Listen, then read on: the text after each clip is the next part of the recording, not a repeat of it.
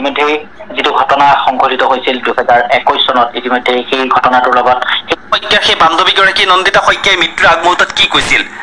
পৰিষ্কাৰ এনকেটিভিলৈ তোমাক স্বাগতম জনাইছো। মই কল্পজিৎ শইকীয়াই ক'লো। ইতিমধ্যে যিটো ঘটনা সংঘটিত হৈছিল 2021 চনত ইতিমধ্যে সেই ঘটনাটোৰ লগত সেই সময়ছোৱাত তুমিও আছিলা নন্দিতা শইকীয়াৰ লগত। আজি কিন্তু ন্যায় দিছে, পৰিয়ালে ন্যায় পাইছে, তোমালোকে ন্যায় পাইছা। সেই সময়ছোৱাত যেতিয়া তাৰে ঘপিয়াইছিল তুমিও আঘাতপ্ৰাপ্ত হৈছিলা। আজি কি কবা, তোমাৰ বান্ধৱীয়ে ন্যায় পাইছে, পৰিয়ালবৰ্গই?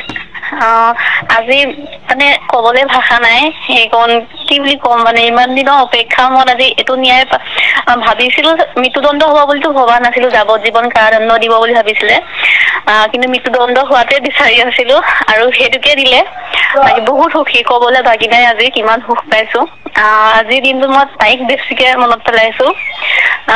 তাই সেই শেষ মুহূৰ্তত এষাৰে কথা শুনিব পাইছিলো যে মোক ফ্লাক্সটো বেগত আছে, তাতে গৰম পানী আছে, গৰম পানী অকমান দিয়া।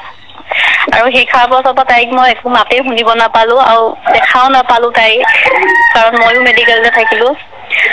আজি কবলে এতিয়া মোৰ ওচৰত শব্দ নাই যে মই কিমান সুখী হৈছো আজি। 4 বছৰ সময় লাগিছিল গোটেই তদন্তৰ ক্ষেত্ৰত। তোমালোকে আশা কৰা ধৰণেই তোমালোকে পাইছা যে তোমালোকে হয়। শেষ হোৱাৰ বাবে তুমি কৈছা যে গোটেই তোমাক কথাখিনি কৈছিলে, সেই কথাখিনি কোনখিনি কথা এতিয়া তোমাক অকনমান দুখ দি থাকে প্ৰতিটো দিনত?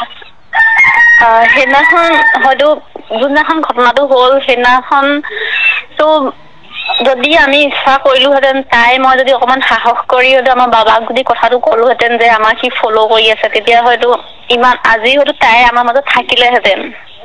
কিন্তু আমি দুইজনীয়ে সেইকণ সময়ত তাক দেখিও মানে নেদেখা গতে কৰিলো। সেইটোৱে আমাৰ ডাঙৰ ভুল হ'ল। আজিও মনলৈ সেইটো ভুলে আহি থাকে যে যদি কৈ দিলোহেঁতেন যে সি আমাক ফল' কৰি আছে বুলি।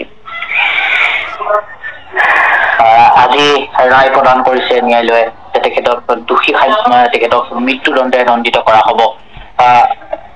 এই যিটো খবৰটো তোমালোকে পালা, খবৰটো পাই নন্দিতা শইকীয়াৰ অভিভাৱকৰ লগত তুমি কিবা কথা পাতিছা নেকি? বা গোটেই হয় পাতিছিলো। তেওঁ ককায়েকে ফোন কৰিছিলে মোক, খবৰটো দিছে। হয়। আৰু আগৰডোখৰো তেওঁ সুধি আছিলে ভন্টি কিবা খবৰ পাইছানে এনেকে সুধি আছিলে। তাৰপিছতে খবৰটো পাই তেওঁ মোক প্ৰথম কল কৰিছে। এতিয়া তোমাৰ স্বাস্থ্য অৱস্থা কেনেকুৱা? কাৰণ তুমিও সেই সময়ছোৱাত গুৰুতৰভাৱে তুমিও আঘাতপ্ৰাপ্ত হৈছিলা। এতিয়া মই ভালেই আছো বাৰু, বৰ্তমান ঠিকে আছো। হয়, ধন্যবাদ জনাইছো। সেয়া আছিল নন্দিতা শইকীয়াৰ বান্ধৱী।